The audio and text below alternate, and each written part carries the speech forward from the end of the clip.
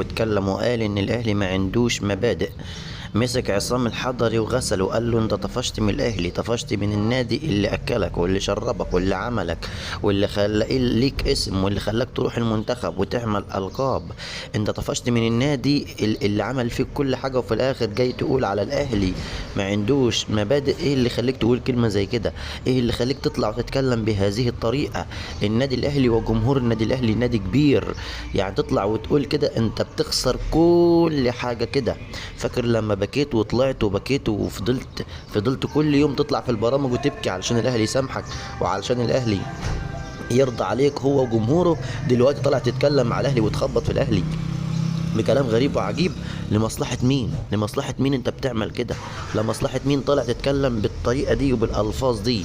وكمان محمد شبانة بيقول لازم كل واحد يقل أدبه، لازم كل واحد يطلع يتكلم بالطريقة دي.